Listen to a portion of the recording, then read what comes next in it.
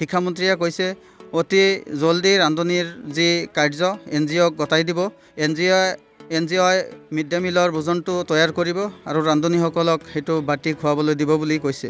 তাৰ ওপৰত ভিত্তি কৰি তেওঁলোকে প্ৰতিদিন নিউজ ভাৰতক আমন্ত্ৰণ জনাইছিলে। সেই মৰ্মে আহি মই ইয়াত উপস্থিত হৈছোঁ। আহক আমি তেওঁলোকৰ পৰা কথা বাৰ্তা জানিব বিচাৰিম। বাইদেউ, আপুনি কি ক'ব? শিক্ষামন্ত্ৰীয়ে বৰ্তমান যি গহনা কৰি আছে, তেওঁলোকৰ যি স্থিতি লৈছে, স্পষ্ট হৈছে যে আকৌ NGOক আপোনালোকৰ যি মিড ডে মিলৰ কাম NGOক দিব আৰু আপোনালোকক বাটি খুৱাবলৈ দিব বুলি শিক্ষামন্ত্ৰীয়ে এখন নিউজত দেখিব পাৰিছোঁ। সেই ওপৰত আপুনি কি ক'ব? নমস্কাৰ, মই ধেমাজি ডিষ্ট্ৰিক্টৰ পৰা আহিছোঁ। আমাৰ ৰান্ধনি সন্থা আমাৰ NGOক দিয়া নহ'ব। আমি NGOক দিয়াতকৈ আমি মৰি যোৱা ভাল হ'ব। তথাপিতো আমি নিদিওঁ।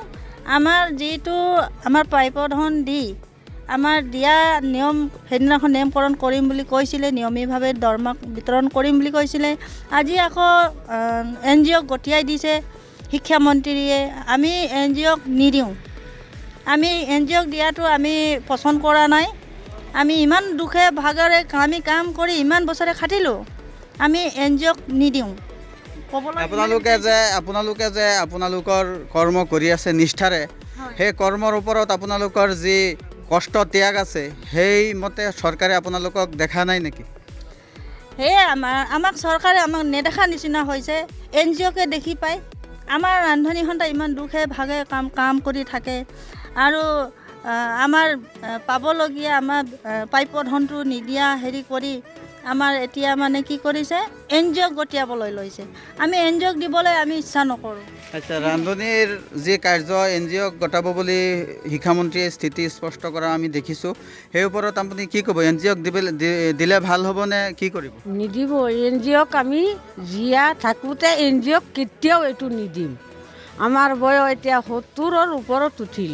ৰান্ধনি কৰি কৰি ইমান আমনি কৰিছোঁ। ইমান ৰাতিপুৱা 8টা বজাত স্কুলত যাওঁ, আকৌ ঘৰ দুৱাৰবোৰ সাৰি পেলাই আকৌ খুৱাই বোৱাই আকৌ বাচন মন সাৰি তলাবোৰ লগাই থৈ মাষ্টৰবিলাকে গুচি যায়। একো এটা তলা নুখুলে, আকৌ নলগায়, আকৌ কোনোৱে নাসাৰে। পিছে আমি এইবোৰ সাৰি পাতি এইবোৰ গোটেই বাচন বৰ্তন ধুই পেলাই আহোঁ।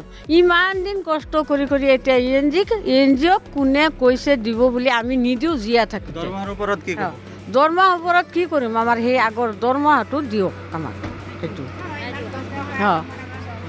আপুনি কি ক'ব? এই শিক্ষামন্ত্ৰীয়ে কৈ আছে NGOক গতাই দিব আৰু আপোনালোকৰ যি 1000 টকা, সেই টকাত আপোনালোকে সুখী নে? কি 1000 টকা আমাক কি? আমি 1500কে দিছিলে, মাজতে আৰু 1000 দিলে। আমি ইমান কষ্ট কৰি বোকা ৰুই আমি গোটেই দিনটো কটালোঁ। এতিয়া আমাক এনেকুৱা কৰিলে নহ'ব নহয়। NGOক আমি দিবলৈ নিদিওঁ। কি কৰিব? জুই জ্বলাম। কি কৰোঁ? NGOক দিলে আপোনালোকে কি কৰিব? NGOক আমি নিদিওঁ। NGOক ইমান দিন আমি 18 বছৰ হৈ গ'ল। আজি 2005 চনৰ পৰা ৰান্ধনি কৰি আছোঁ মই। এতিয়ালৈকে আমি NGOক নিদিওঁ। আমাৰ যিখিনি দৰমহা দিবলগীয়া কথা আছিলে সেইখিনি দৰমহা দিয়ক। শিক্ষামন্ত্ৰীয়ে সেইবিলাক আমাক কি নেদেখা হ'ল নেকি? চকুৰে কণা হৈ গ'ল সিহঁতে। আপুনি কি ক'ব? সিহঁতে আমি NGOক নিদিওঁ। NGOক দিবনে? NGOক নিদিওঁ আমি। NGOক দিলে আপোনালোকে কি কৰিব? আমি NGOক জুই জ্বলাম, চবে গোট খাই পিনি তাক কেৰাচিন দালি জুই জ্বলাম। আমি NGOক নিদিওঁ। কেৰাচিন দালি জুই জ্বলামেই আমি। আচ্ছা, এতিয়া মই আমাৰ সভানেত্ৰী খুদেজা খাইতন বাইদেউক ক'ব বিচাৰিম। বাইদেউ, এই সম্পৰ্কত আপুনি কি ক'ব? এই সম্পৰ্কে ক'বলৈ প্ৰথমতে মই আপোনালোকৰ সংবাদ মাধ্যমৰ প্ৰতিদিন নিউজ ভাৰত চেনেলক মই ধন্যবাদ জ্ঞাপন কৰিছোঁ। হয়, অতি দুখৰ বিষয়। আমাৰ মাননীয় শিক্ষামন্ত্ৰী ৰণোজ পেগু ডাঙৰীয়া মৰিগাঁও জিলাৰ এখন বিদ্যালয় গুণোৎসৱৰ উপলক্ষে প্ৰদৰ্শন কৰে। তেখেতে সেই গুণোৎসৱৰ উপলক্ষে যি মন্তব্য দাঙি ধৰিলে, আমাৰ বিশেষকৈ মধ্যাহ্ন ভোজন ৰান্ধনি সহায়িকা সন্থাৰ সকলৰ ওপৰত। আজি আপোনালোকে চাওক, আজি 2005 চনৰ পৰা কৰ্মৰত। 2004 চনৰ ডিচেম্বৰৰ 13 তাৰিখে চৰকাৰে এটা নিৰ্দেশ দিছিলে আৰু সেই নিৰ্দেশ মৰ্মে আমি আজি তাৰিখলৈকে আমি কৰ্মৰত। নিষ্ঠাৰে সততাৰে আমি মাতৃতুল্য গধুৰ দায়িত্ব আমি নিয়াৰিকৈ পালন কৰি আহিছোঁ। আমাৰ কৰ্মত কোনো গাফিলতি নাই। আমি এগৰাকী মাতৃতুল্য হিচাপে সন্তানক যেনেধৰণে আমি চাব লাগে সেইখিনি আমাৰ অকল ৰান্ধি বাঢ়ি খোৱাটোৱে আমাৰ যথেষ্ট নহয়। আমাৰ বহুতখিনি কাম আহি পৰে। আমাৰ দায়িত্ব বহুত, মাতৃৰ যিমানখিনি দায়িত্ব সেই দায়িত্ব আমি গধুৰ দায়িত্ব পালন কৰি আহিছোঁ। সুদীৰ্ঘ 17টা বছৰ উকলিলে, এতিয়া আমাৰ 18 বছৰত ভৰি দিলে। অথচ বিজেপি চৰকাৰ সাহস দলৰ চৰকাৰক আমি সাহসীয় মন্ত্ৰী, দক্ষতাশীল মুখ্যমন্ত্ৰী বুলি আমি বিবেচনা কৰিছিলোঁ। অসমৰ ৰান্ধনি সহায়িকাসকলে বিশেষকৈ আশা কৰিছিলোঁ, মুখলৈ চাইছিলোঁ যে এজন মানে মুখ্যমন্ত্ৰী, আমাৰ এই মুখ্যমন্ত্ৰীজনে হয়তো আমাৰ ৰান্ধনি সহায়িকাসকলৰ দুখ বুজিব। তেওঁ শিক্ষামন্ত্ৰী থাকোঁতে মই কেইবাবাৰ অসমৰ ৰান্ধনি সহায়িকাসকলৰ এই বিষয়টো লৈ মই সভানেত্ৰী হিচাপে মই তেখেতক লগ ধৰিছিলোঁ। বহুবাৰ কাতৰে হাতযোৰ কৰি তেখেতক মানে জনাইছিলোঁ। যোৱা জানুৱাৰী মাহৰ 26 তাৰিখেও মই শিক্ষামন্ত্ৰী ৰণোজ পেগু ছাৰক মই কাতৰে ভৰিত পৰি 5 মিনিটমান মই পৰি কান্দি অচেতন হৈছিলোঁ। সেয়া কথা CC কেমেৰাত বন্দী হৈ আছে। আৰু সেই সময়ত আমাৰ শিক্ষামন্ত্ৰী ৰণোজ পেগু ডাঙৰীয়াই মোক কৈছিলে, খুদেজা খাতুন আপুনি উঠক, আপোনাৰ লগত আমি আলোচনা কৰিম, আপুনি এনেকৈ কান্দি কুটি নাথাকিব। তেতিয়া আশাৰ ৰেঙনি দেখিবলৈ পাইছিলোঁ মাননীয় মুখ্যমন্ত্ৰীৰ মুখত। তেখেতে নিশ্চয় আমাক কৈছিলে যে 15 দিনৰ ভিতৰত আমাৰ বিষয়টো উত্থাপন কৰিব, মুখ্যমন্ত্ৰীৰ লগত আলোচনা কৰি আমাক সুস্থিৰ এটা সিদ্ধান্ত দিব। কিন্তু সেয়া নহ'ল, ফুটুকাৰ ফেন হৈ পৰিলে। কিন্তু সময়ত গৈ তেওঁলোকে আজি গুণোৎসৱৰ উপলক্ষে যি মন্তব্য দাঙি ধৰিছে, আমি হতভম্ব হৈছোঁ। কাৰণ আমি ইমান বছৰ মাতৃৰ দায়িত্ব যি কৰিলোঁ, আমাক মাতৃসকলক কিয় প্ৰবঞ্চনাৰ বলি কৰিলে, ইমান দিনে আমাৰ মান মৰ্যাদা, আমাৰ আত্মসন্মানত কিয় আঘাত সানিলে, আমাৰ কষ্টৰ ফল কিয় বিফলে গ'ল, সেই কথা আমি নুই কৰিব নোৱাৰোঁ। আমি ভাষাৰে বুজাব পৰা নাই।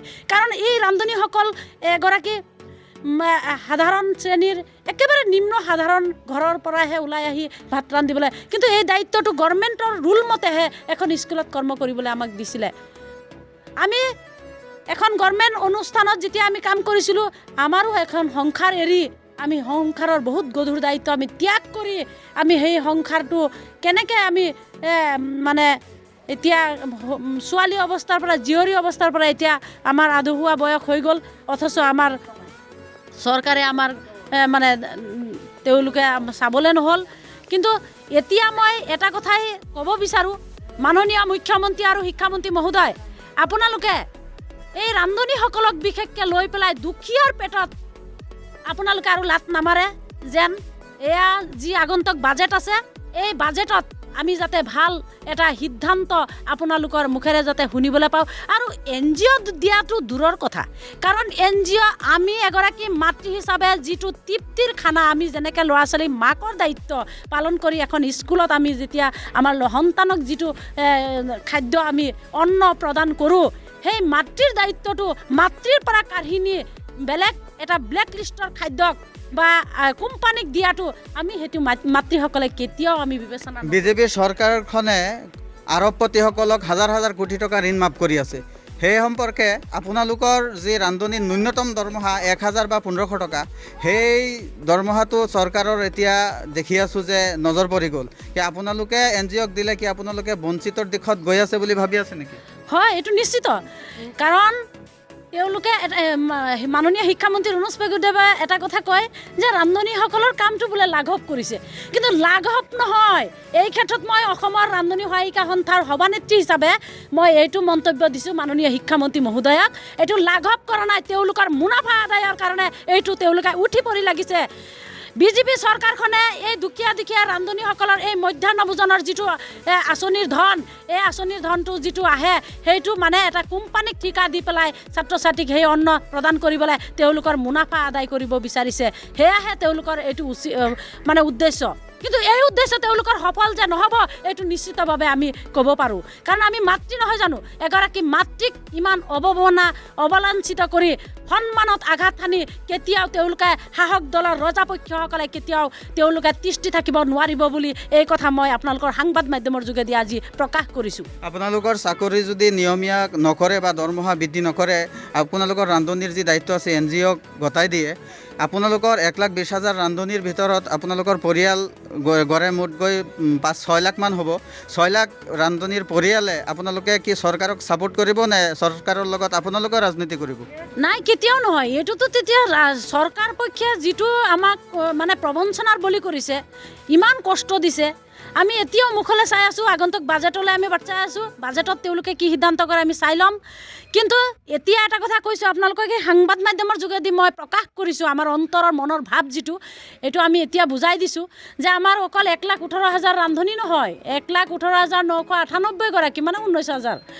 আমাৰ এই নহয়, আমাৰ পৰিয়ালবৰ্গ মিলি এতিয়ালৈকে আমাক যিসকলে মানে আমাৰ লগত সহযোগ আছে, 10 লাখতকৈ অধিক আছে পৰিয়ালসহ, সকলোৰে মানে দুখ লাগিছে। কাৰণ এই বিষয়টো চৰকাৰে আন ৰাজ্যৰ তুলনাত 7,500 টকাকৈ আন ৰাজ্যত মানে ৰান্ধনীসকলক যি দি আছে, তাৰ ক্ষেত্ৰত আপোনালোকে চাওকচোন, অসমত ইমানেই অসমখন মানে বিখাৰী হৈছে নেকি যে মহিলাসকলক, বিশেষকৈ আমাৰ ৰান্ধনী চব মহিলাই, পুৰুষৰ সংখ্যা একেবাৰে কম, নগণ্য।